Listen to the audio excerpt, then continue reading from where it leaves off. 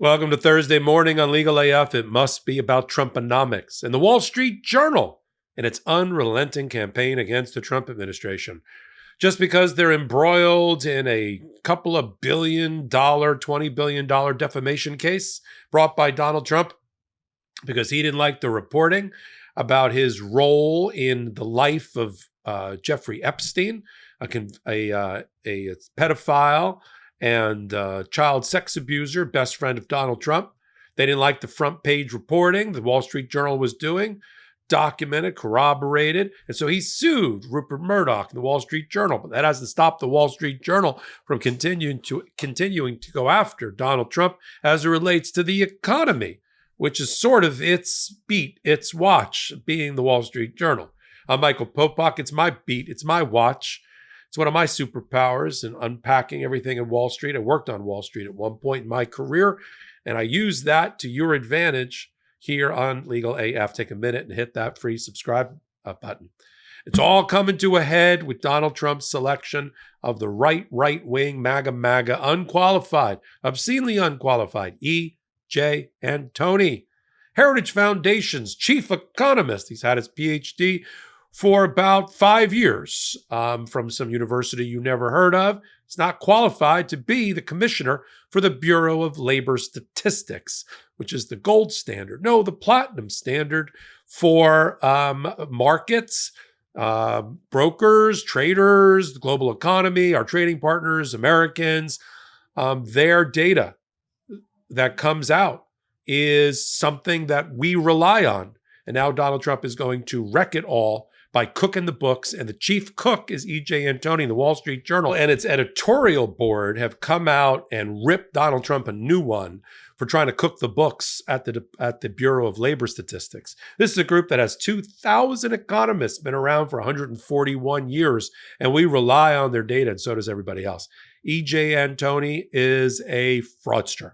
He is laughable. Yes, he has a number of three-piece suits and large ties he likes to wear on television, but he doesn't know what he's doing.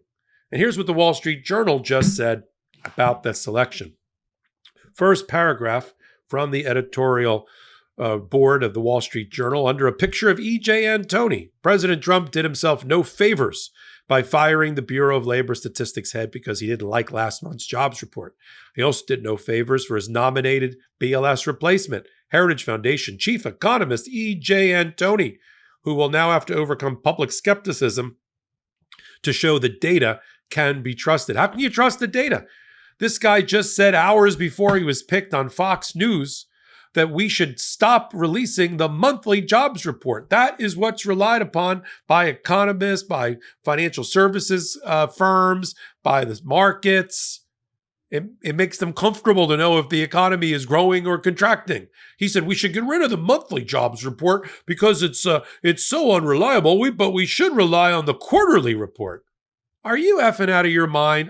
Now, the White House came back with, well, he didn't know he was going to be nominated when he said that. And now that he's going to be the head of the BLS, something that he calls the BS, he's always referring to it as the L is silent in the BLS.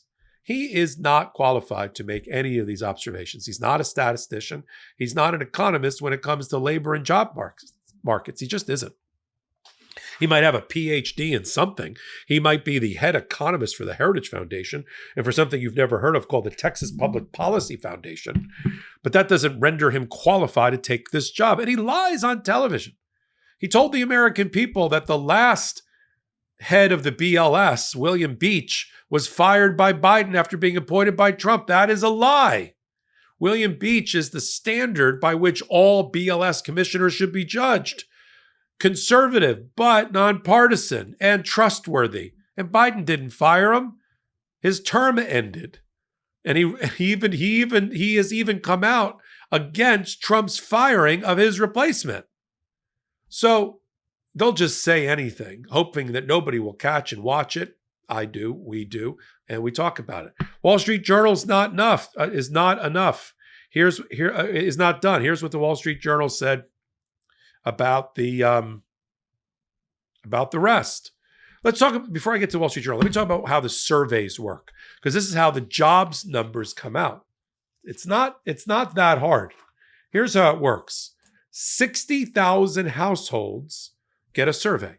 60,000 households for the month get a survey, and they're asked voluntarily to return it. 120,000 businesses, including some of the major ones, also get the data collection survey.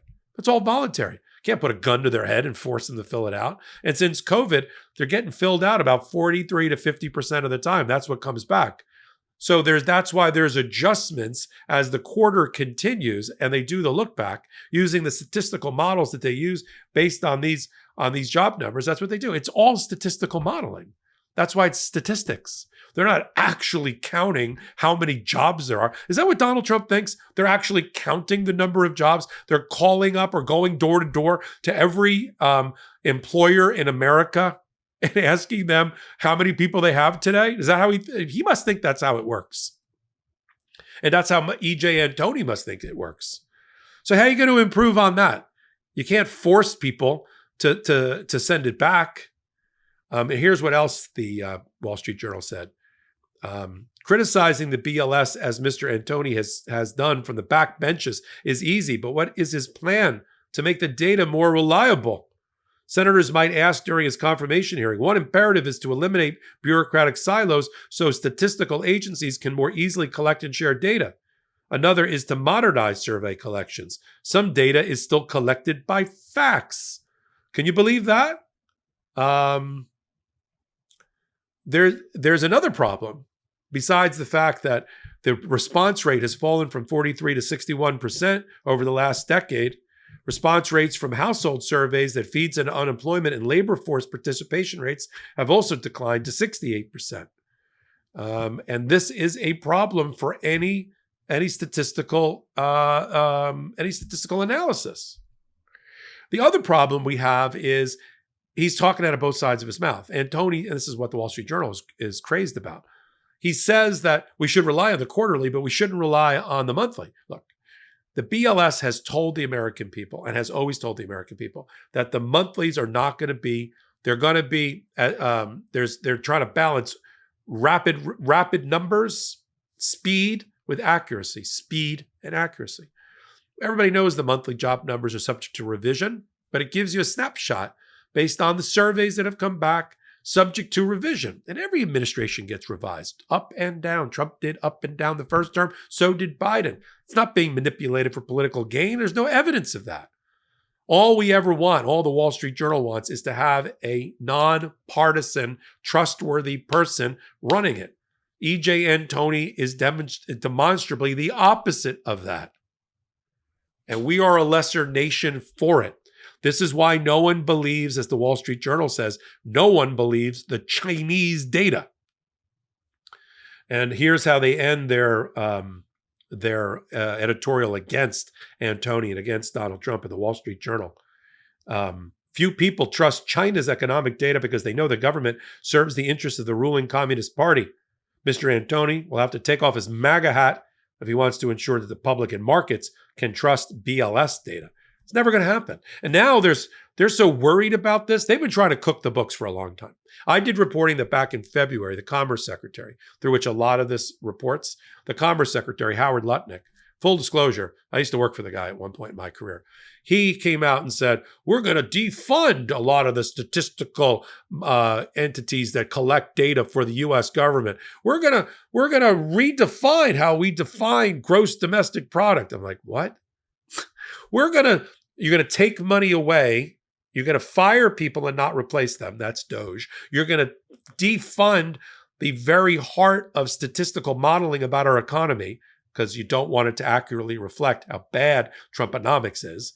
He fired an advisory committee that was devoted to ensuring the reliability of statistics in economics, including the BLS. He did that in February. He shuttered the door on them. Now they're scrambling, according to reporting, within the White House to try to figure out how can we, what other models can we use? What other methods? Carolyn Levitt said today, means and methods are being evaluated by Donald Trump. God help us all. And the markets are not going to accept it, just like they don't accept the abuse on the Federal Reserve by Donald Trump. We got the new abuse today.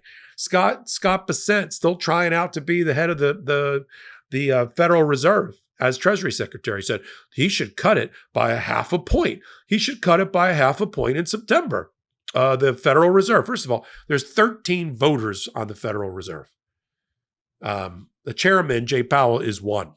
Even with the 3 Trumpers, there may be a rate cut, there may not be. The problem is inflation is still in the wrong direction.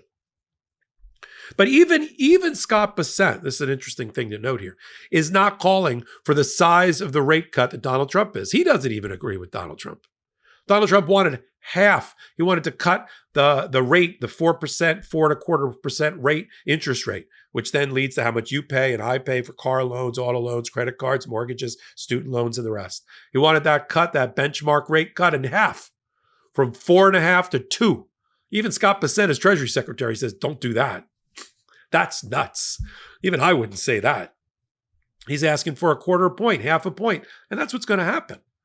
But focus on the communization of the economic numbers in the U.S. government. This is going to be communist China. This is just going to be propaganda that the financial markets will ignore because it's untrustworthy. It may give him a talking point. EJ Antoni, I'm sure he won't deny himself going on Fox News all the time. I defy you. You can put it in my notes here. Did you even know who the commissioner of the Bureau of Labor Statistics was? You will now if EJ Antoni gets in, but he's going to have a lot of explaining to do.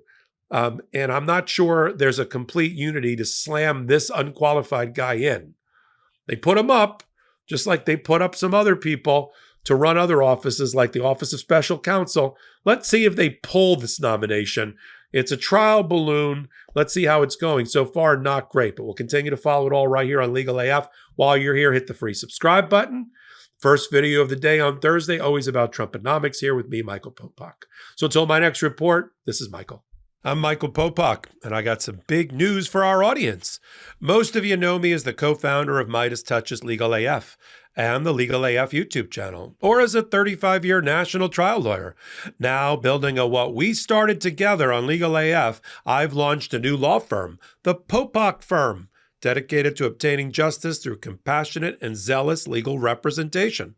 At the Popok Firm, we are focused on obtaining justice for those who have been injured or damaged by a life-altering event by securing the highest dollar recoveries. I've been tirelessly fighting for justice for the last 35 years, so my own law firm organically building on my Legal AF work just feels right. And I've handpicked a team of top-tier trial fighters and settlement experts throughout all 50 states known as big auto injury attorneys who have the know-how to beat heartless insurance companies, corporations, government entities, and their attorneys.